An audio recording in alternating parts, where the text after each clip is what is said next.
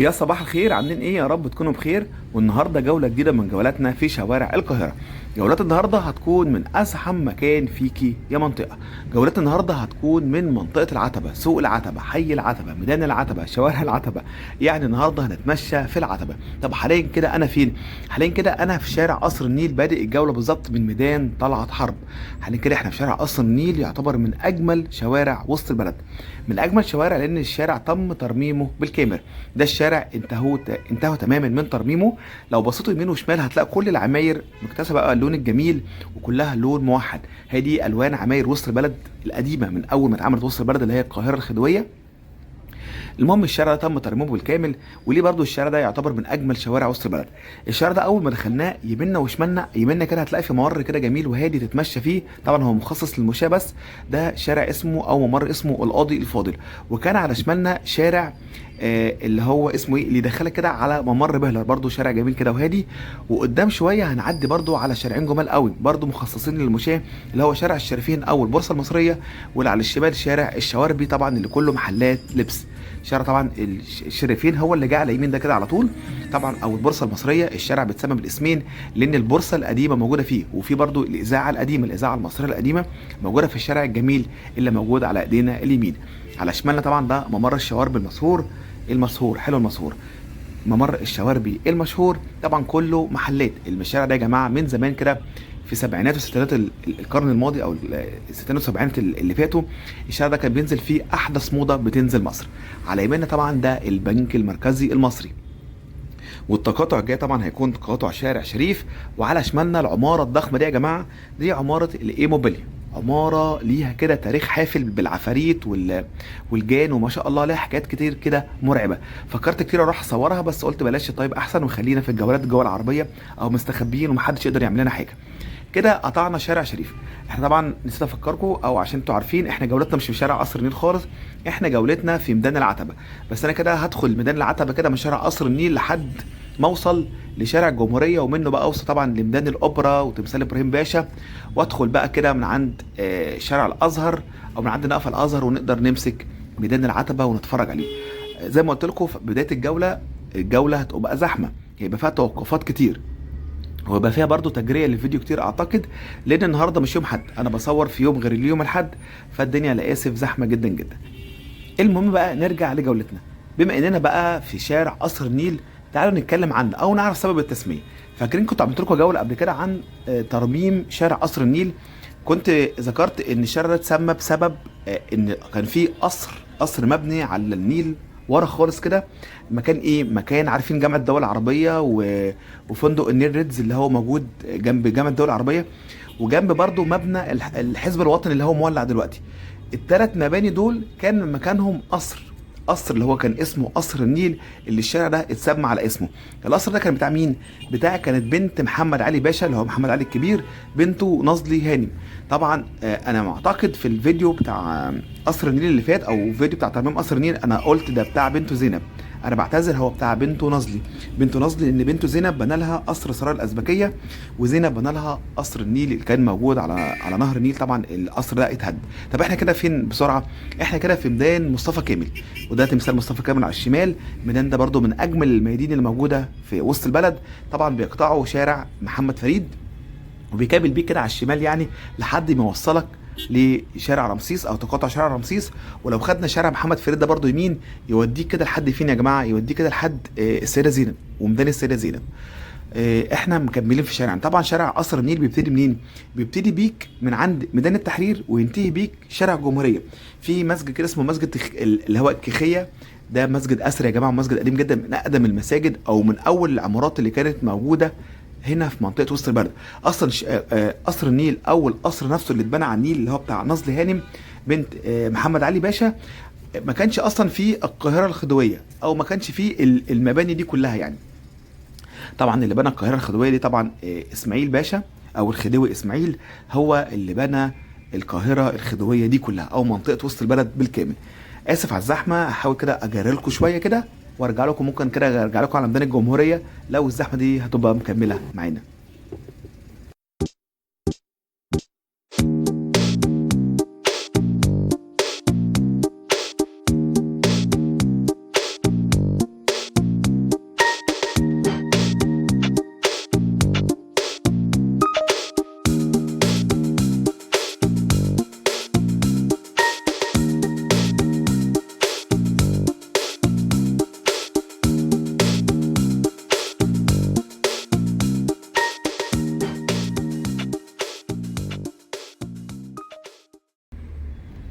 ورجعت لكم تاني، وحاليا كده احنا وصلنا لميدان الاوبرا. حاليا كده احنا في شارع الجمهوريه، ميدان الاوبرا، في نفق الازهر على يميننا، وطلعت كوبري الازهر موجوده برضو على يميننا.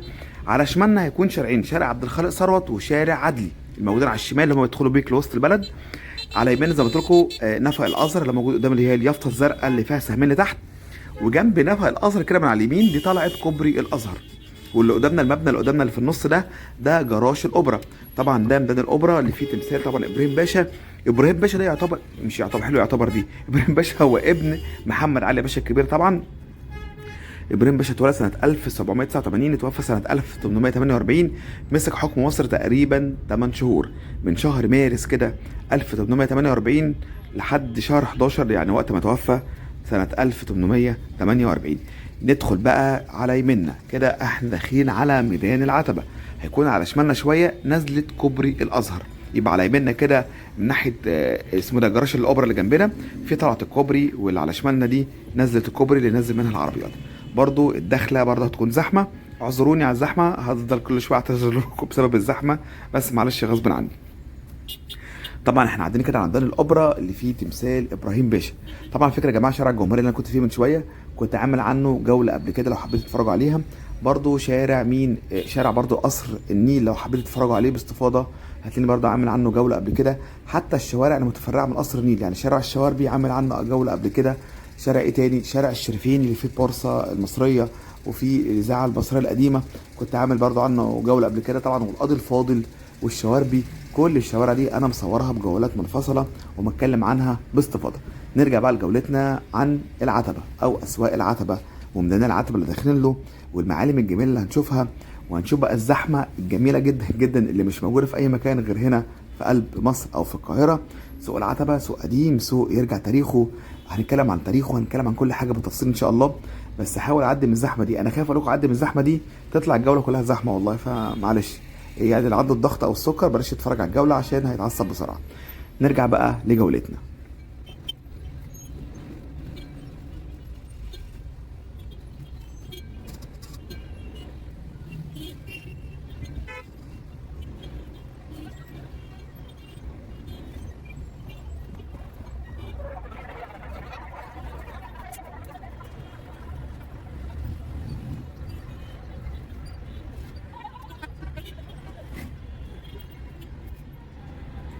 وحاليا كده بقى احنا وصلنا فين؟ وصلنا عند المكتب الرئيسي للبريد المصري. هو اول مبنى كده على ايدينا اليمين. عايزكم تاخدوا بالكم في 3 مباني اجمل من بعض ورا بعض. على يميننا اول حاجه كده ده مكتب البريد المصري. طبعا البريد المصري اتاسس سنه 1865، والمبنى ده مبني في عصر الخديوي اسماعيل. يجي بقى المبنى الجميل اللي بعده، المبنى اللي قدامنا على طول ده على اليمين، ده مبنى المطافي. طبعا عارفين طبعا فيلم اسماعيل ياسين والعتبه الخضراء، وهنعرف برضو اسباب تسميه العتبه الخضراء. بس احنا يعني لسه الجوله طويله معانا شويه وهنحكي براحتنا. بعد بقى المبنى ده في طبعا اسم شرطه الموسكي اللي هو يبقى يعتبر بعد المبنى ده على طول. وفي وشنا مبنيين جمال، يعني يمين المبنى اللي في وشنا ده كده شارع محمد علي. يميننا خالص اقصى اليمين، يعني احنا لو خدنا بعد المبنى على اليمين بتاع المطافي واسم الموسكي يمين، دخلنا شارع عبد العزيز. وشمالنا طبعا هيكون شارع الازهر، شارع الجيش. طبعا احنا كده يعتبر في قلب ميدان العتبه. اعذروني برضو على الزحمه.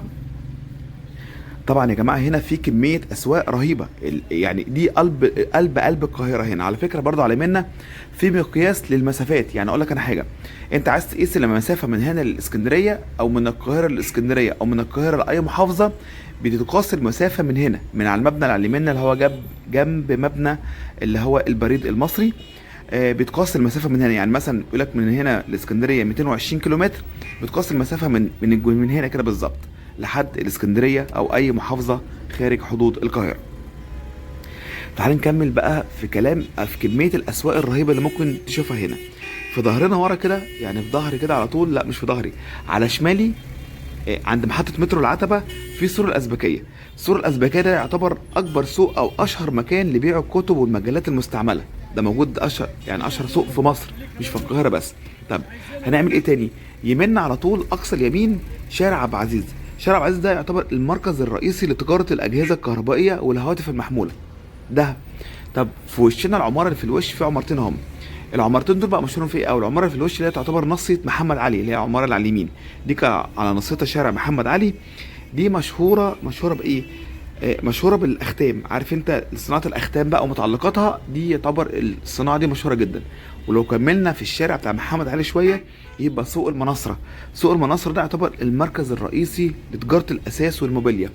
اي غرف نوم، اي انترهات، صالونات، اللي هو اساس البيت او المكتبي هتلاقيه هنا في سوق المناصره اللي هو يعتبر في شارع محمد علي. في تاني ايه؟ في حمام التلات اللي هو لو عدينا كده الناحيه التانيه من كوبري الازهر اللي هو فوقينا ده، في حمام التلات ده كده يعتبر مركز لتجاره الادوات المنزليه. في مين تاني؟ يعني في حاجات كتير قوي. في ظهري كده عند، انا بحاول افتكر لكم بس، اللي هو شايفين المبنى اللي هو المبنى الجديد اللي هو بتاع مكتب البريد. هو مش مبنى جديد طبعا، مكتب البريد. المبنى على فكره مبنى مكتب البريد ده لسه متجدد قريب جدا، بقى شكله تحفه بصراحه. الحاره اللي جنبه او الممر اللي جنبه ده اللي هو بيوازي نفق الازهر، ده يعتبر ده ممر للساعات. ده مشهور جدا، اسمه ممر الساعات. ساعات بقى عايز تصلح ساعات، تبيع ساعات، تشتري ساعات في الممر ده. احنا كده فين؟ احنا كده تحت كوبري الازهر اللي هو الكوبري اللي فوقينا ده. في وشنا على طول يبقى ده شارع الجيش. طب لو خدنا يمين ده كده شارع الازهر. طبعا بقى شارع الازهر بيبتدي من هنا من عند ميدان العتبه، ياخدك لحد شارع صلاح سالم. طبعا شارع الازهر انا كنت عامل عنه جوله قبل كده. شارع الجيش مشيت فيه قبل كده بصراحه، بس يا جماعه الشارع ده زحمه على طول. هو اصلا منطقه العتبه زي ما قلت لكم فيها كميه اسواق، هي مش اسواق بس، دي يعتبر هي مركز اصلا تجاره الجمله، مركز لتوزيع كل حاجه على محافظات القاهره او محافظات اسف مصر. اي حد عايز يشتري حاجه بسعر الجمله او سعر مخفض، دي حتى لو حاجه شخصيه مش هتشتري كميات يعني، بيجوا هنا فيها كل شيء. سوق العتبه سوق مشهور، بيرجع تاريخه لايه يا جماعه؟ يعني هي في تاريخ قديم وفي تاريخ حديث. التاريخ الحديث بيرجع لعصر الخديوي اسماعيل. الخديوي اسماعيل لما جه شاف سوق اسواق العتبه زعل، قال لا ما ينفعش الاسواق تبقى بالشكل ده. قام هادت كل المباني اللي فيها وبنى طبعا المباني الجميله اللي قدامكم دي. هتلاقوا حتى كلها مباني خديويه، هي شكله طراز واحد، زي مبنى المطوافي او مبنى اللي هو مكتب البريد او الاسم الموسكي او العماري الجميله اللي في وش ناصيه محمد علي وعبد العزيز. حتى المباني اللي في وشنا كده على نص شارع الجيش اللي قدامنا ده كلها مباني مبنيه من ايام العصر الخديوي اللي هي القاهره الخديويه او عصر الخديوي اسماعيل. كان سنه 1869 سوق العتبه الحديث. طب هو يرجع لايه اصلا؟ على فكره سوق العتبه بيرجع لزمان، بيرجع لنشأته بارض الازبكيه كان بيسكنها واحد اسمه الاتبك ازبك بن ططخ. محدش يضحك على الاسم ده، كان راجل مملوكي. والاتبك ده اللي هي عباره عن اللي هو قائد اتابيك اللي هم عباره عن قياده الجيش. يعني هو الراجل ده كان بيقود قياده الجيش ساعتها يعني.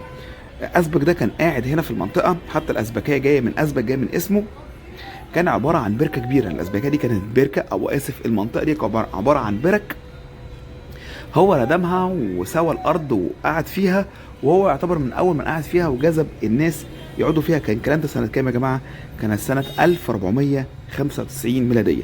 ابتدى يبقى في حي الازبكيه ومنطقه العتبه، ابتدى بقى الناس تيجي تبني، وبقى حي كبير بسكانه بكل الناس اللي فيه. فضل الحي ده كده على هذا الحال لحد ما دخل الخديوي اسماعيل وبنى او نظم الحي بالمباني الحجريه بقى، اللي هي المباني اللي قدامنا الجميله دي. وعلى فكره برضو ميدان العتبه كان في حدث رهيب برضو سنه 1869 1896 اللي هو افتتاح الترام. اول ترام اتعمل سنه 1896 كان من هنا. كان حفل مهيب يا جماعه، كان بيمشي في شارع القلعه لحد ما يطلع لفوق. وكان برضو في اكتر من خط يعني المترو او الترام بتاع العتبه. كان بيقول لك حفل مهيب، كان في اكتر من 10,000 واحد بيتفرجوا على الحفل. حتى المصريين اللي كانوا بيتفرجوا كانوا مسمينه اللي هو الايه، بيقول لك ده بيمشي بالجن او بالعفاريت يعني. كان حتى مسمينه العفريت. والله احنا شعب غلبان من زمان والله. شايفين بقى الزحمه بقى بتاعت العتبه والباعة الجائلين. يعني هي العتبه تشتهر بالباعة الجائلين، هاتهم فرشين يعني. هم يشكروا بصراحه اللي هم سايبين لنا حاره نمشي فيها بالعربيه، وسايبين جزء كده صغير للناس يعني تمشي فيه، والباقي كله باعة جائلين. محدش ينتقد ولا حد يقول ايه المنظر اللي احنا شايفينه ده. هي العتبه هذا ما وجدنا عليها ابائنا. هي العتبه كده من زمان يا جماعه، هي العتبه كده من زمان، وصعب تنظيمها الا بقى لو ايه يعني هم هدوها وبنوها من جديد. صعب. هي دي العتبه من زمان، اعتقد هم ما لقولهاش حل خالص. ما فيش حل للعتبه ولا حل للباعة الجائلين، مهما يمشوهم بيرجعوا تاني.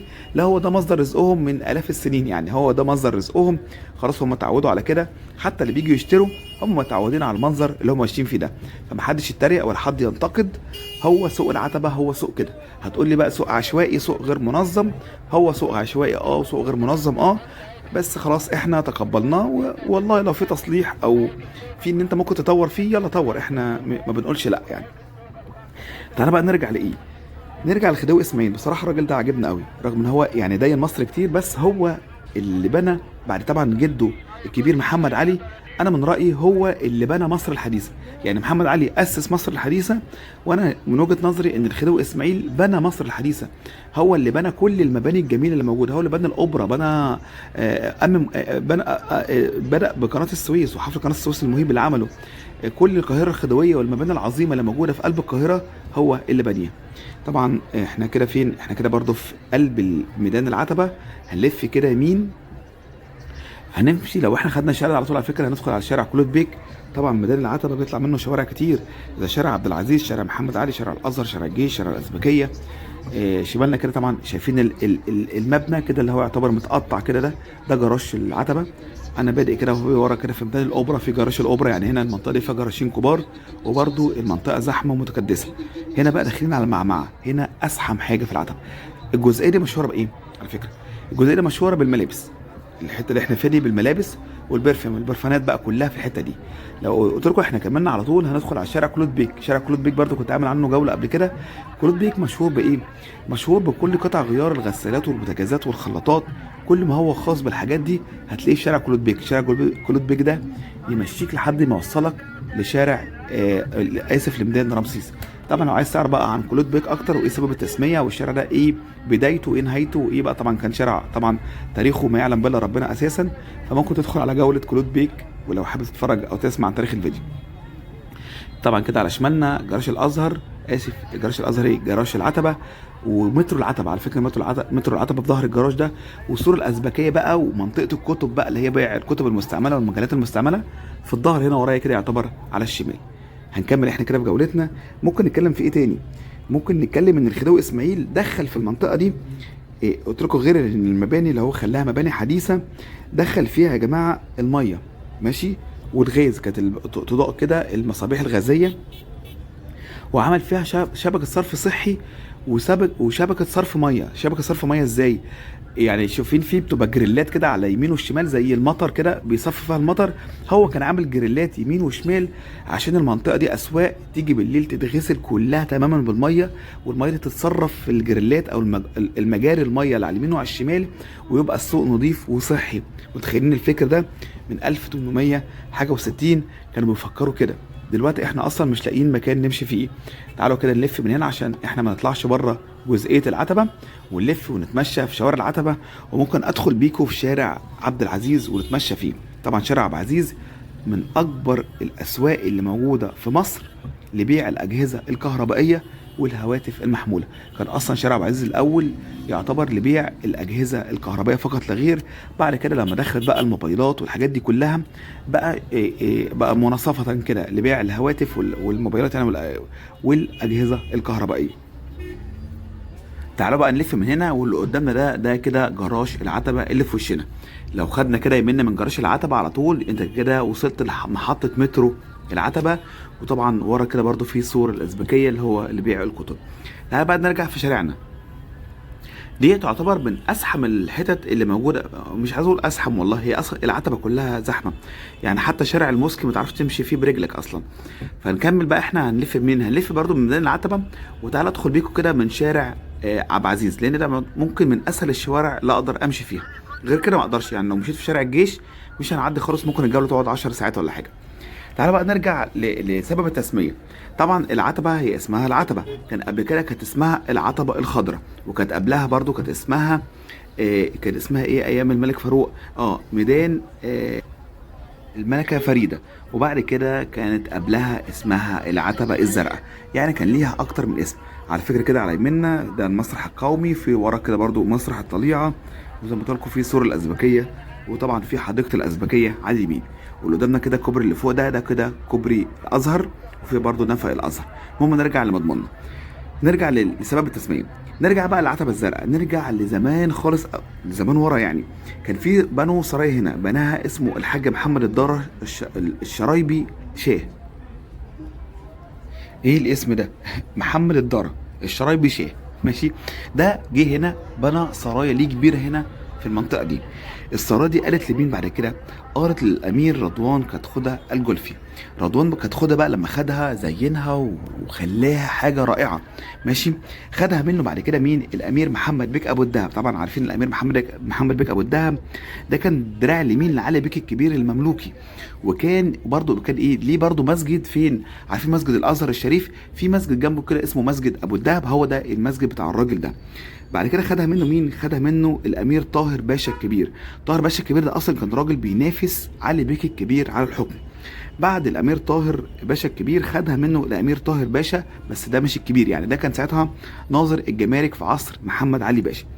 بعد كده اشتراها عباس حلمي الاول. صدق نسيت اقول لكم السرايا دي ايه.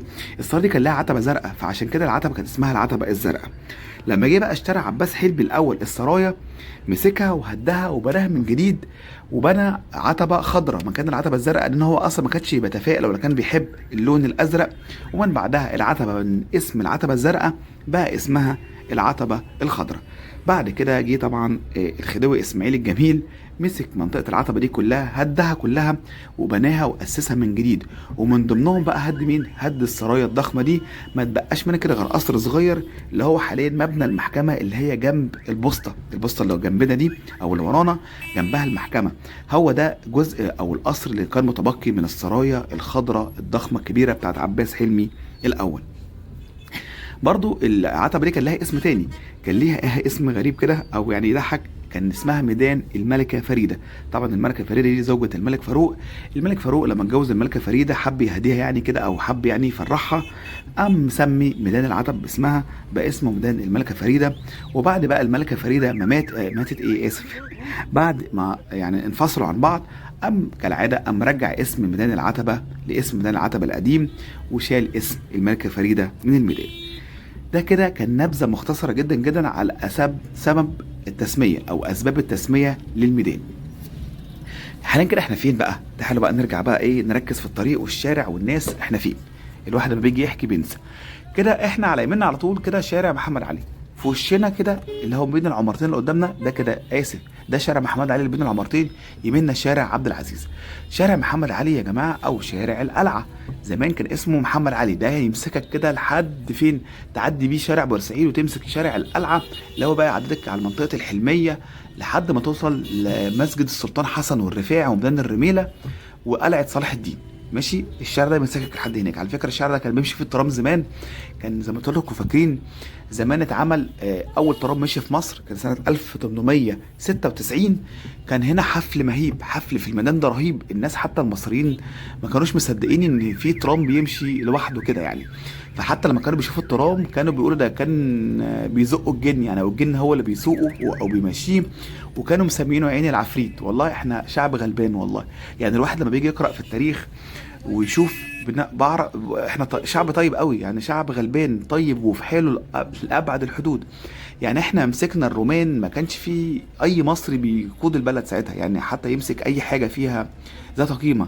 مسكها مين؟ البيزنط. بعدها بعد البيزنط مسكنا مين؟